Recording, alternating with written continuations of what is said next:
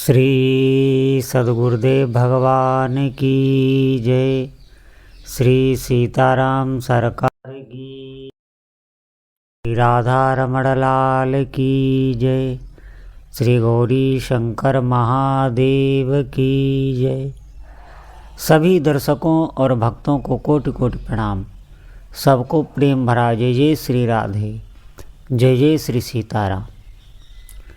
जितने भी साधक हैं, भक्त हैं, बहुत ही महत्वपूर्ण विषय है और सभी साधक बहुत ध्यान से सुनेंगे।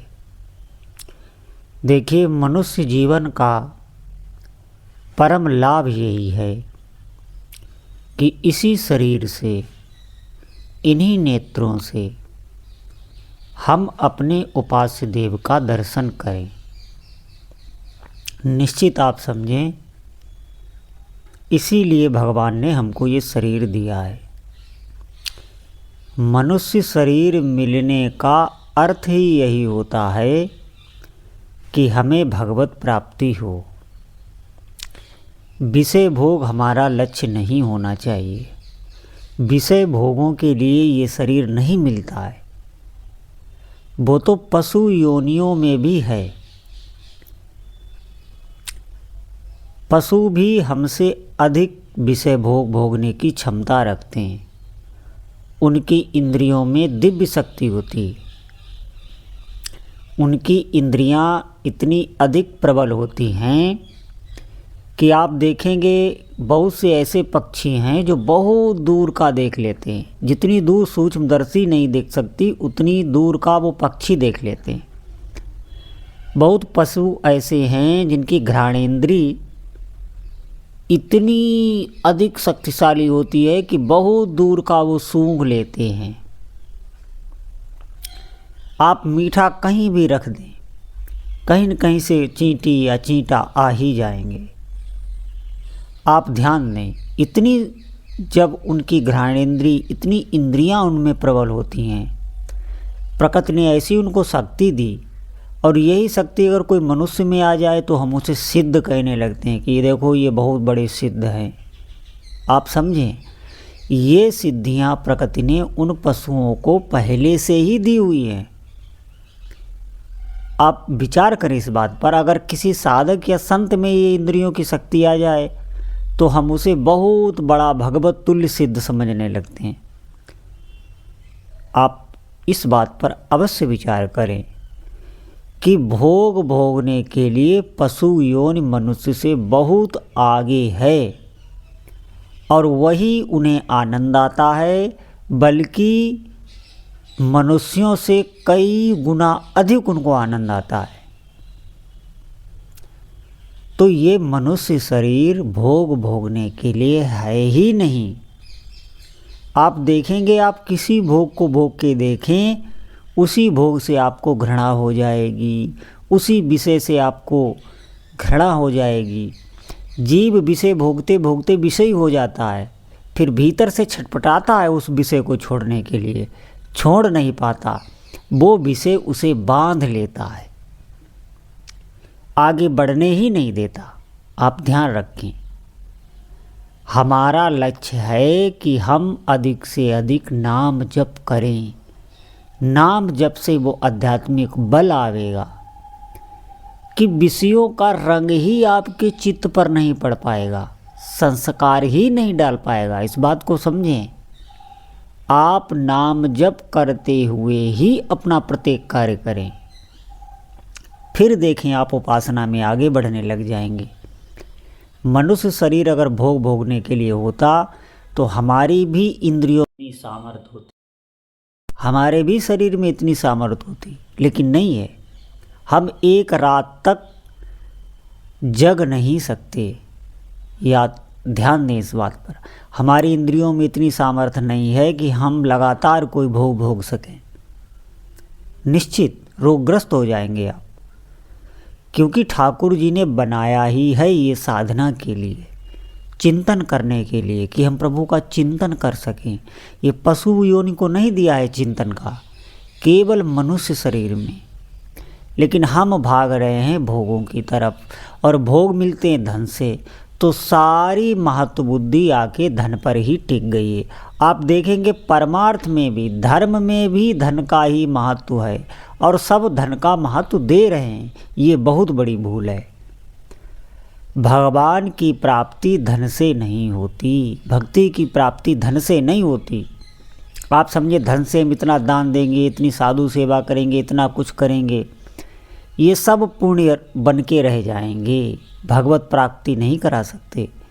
भगवत प्राप्ति मात्र होती है जब हमारा अंतःकरण निर्विषय होकर भगवान के भजन में तल्लीन होने लगता है, तब प्रभु कृपा करके अपने स्वरूप का दर्शन करा देते हैं। कृपा करके, वो भी साधना से नहीं, क्योंकि साधना का अगर अहंकार है तो साधना से प्रभु कभी नहीं मिलते, साधना से प्रभु नहीं मिलते। आप इस बात पर ध्यान दें। साधना मात्र है इस अहंकार को नष्ट करने के लिए। जब ये हमारा अहंकार प्रभु में समर्पित हो जाता है, जब हम जीव ये जान जाता है हमारी कोई सामर्थ्य नहीं, हम अपने शरीर का एक रोए का भी अधिकार नहीं रखते। आप ध्यान दें, जब बिल्कुल जीव निर्बल होकर प्रभु को पुकारता है तब वो आ जाते हैं। ये साधना से ही होगा, ऐसा नहीं है कि आप साधना करना छोड़ दें, ये नाम जप से ही होगा, लेकिन पूर्ण आश्रय प्रभु का ही होना चाहिए, उनके नाम का ही होना चाहिए। नाम को आप साधना ना मान लेना, नाम और नामी में भेद नहीं है। आप नाम जप कर रहे हैं तो आप प्रेम मार्ग की तरफ बढ़ रहे हैं, प्रभु को बार बार पुकार रहे हैं। नाम जप का अर्थ है पुकारना। आपको धीरे धीरे अपनापन हो जाएगा, प्रभु से प्रेम हो जाएगा। ये प्रेमा भक्ति की तरफ बढ़ाता है नाम जप। ये साधना का अहंकार इसमें नहीं आएगा। इसमें अंतःकरण कब गलित हो गया, कब प्रभु में आप समर्पित हो गए, ये आपको पता ही नहीं चलेगा। ये तो प्रभु की कृपा से जब वो जनाएंगे तब आपको पता चलेगा कि मैं साधना में इतना आगे बढ़ चुका हूँ। नाम जापक साधक को ये जल्दी पता नहीं होता कि उसकी स्थिति कितनी ऊंची उठ गई है। प्रभु पता नहीं चलने देते, अहम आने ही नहीं देते, क्योंकि सारी बागडोर प्रभु ही संभाल कर चलते हैं। नाम नामी में भेद नहीं। नाम को आप पकड़े हैं तो नामी को ही पकड़ें, नामी की ही आराधना हो रही है। बार बार उनको पुकारने का मतलब है कि वो आपके साथ ही हैं, भले ही हमें दिखाई न दे रहे लेकिन हमारे साथ ही हैं। इसीलिए हमें आगे बढ़ने के लिए महापुरुषों का सत्संग अवश्य सुनना चाहिए। हम जैसे छोटे मोटे साधकों का सत्संग तो सुनना चाहिए, लेकिन महापुरुषों का भी सत्संग अवश्य सुनना चाहिए। जो हमारे ब्रज में महापुरुष हैं उनका सत्संग अवश्य सुने। उनके सत्संग से आप इंद्रियों पर विजय प्राप्त कर पाएंगे। वो भगवत प्राप्त संत हैं, क्योंकि जब तक संत बने रहते हैं तब तक हमें उनमें पूर्ण श्रद्धा नहीं होती। कोई न कोई माया ऐसा खेल कर देती है। भगवान के मंदिर में जाके तो हम श्रद्धा कर लेंगे, क्योंकि वो अदृश्य हैं, सर्वव्यापक हैं, ये सब हमने मान लिया। वहाँ श्रद्धा हम करते हैं, ये साक्षात भगवान हैं। हम द्रवित भी हो जाते हैं, हमारे भीतर उत्साह भी आ जाता है, प्रसन्नता भी आ जाती है, उतनी देर के लिए जितनी देर हम मंदिर में हैं। बाहर हमारी स्थिति फिर वही हो जाती है। लेकिन महापुरुषों पर हम श्रद्धा नहीं कर पाते। अगर महापुरुषों पर आप श्रद्धा कर लें तो निश्चित ही भगवान से बढ़कर आपको आनंद और भक्ति की प्राप्ति होने लग जाएगी, क्योंकि ये साक्षात हैं। तो हमें महापुरुषों का सत्संग अवश्य सुनना चाहिए। हमारे ब्रज के जो महान संत हैं उनका सत्संग आप नित्य सुने तो साधना में आप आगे बढ़ने लग जाएंगे। और नाम जप को आप अवश्य पकड़ें। नाम जप से ही कार्य बनेगा। जितना हो सके अधिक से अधिक नाम जप जिह्वा से करें, भले ही मन आपका ना लगे। मन लगेगा भी जितनी जल्दी नहीं, क्योंकि मन पहले से ही विषयों में लगा हुआ है। भले ही हम कहें कि हम विषय नहीं हैं, हमारा मन विरक्त हो गया है, ये बात हम जान नहीं पा रहे हैं, हमारा मन विषयी ही है। साधक वही अच्छा होता है जो कभी भी इस मन पर भरोसा नहीं करता। जुआ से आप अधिक से अधिक नाम जपते रहें, मन बार बार आपको धोखा देता रहेगा, बार बार संसार में जाता रहेगा।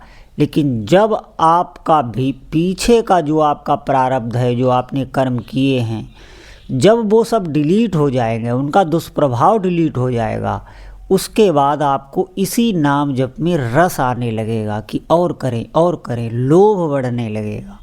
जब लोभ बढ़ने लग जाए, नाम जप छूटने पर बहुत ही पीड़ा हो, तो आप समझें कि नाम जप का अब स्वाद आने लगा है।